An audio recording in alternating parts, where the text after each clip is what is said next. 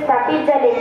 शेतकऱ्यांचं, कामकऱ्यांचं, कष्टकऱ्यांचं राज्य या मातीमध्ये निर्माण झालं.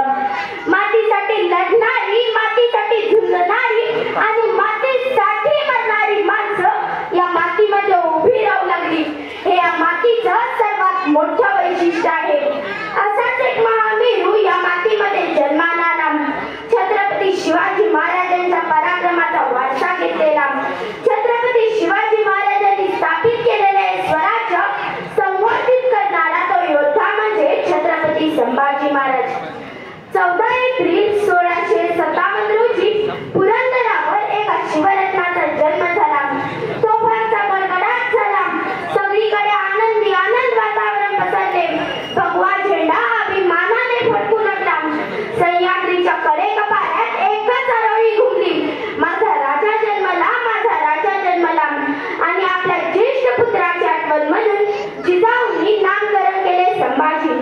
संभाजीराजे 2.25 वर्षाचे असताना त्यांच्या डोईवरून मातृत्वाचे छत्र हरपले. त्यांच्या मातोश्री सईबाई यांचे निधन झाले आणि समोर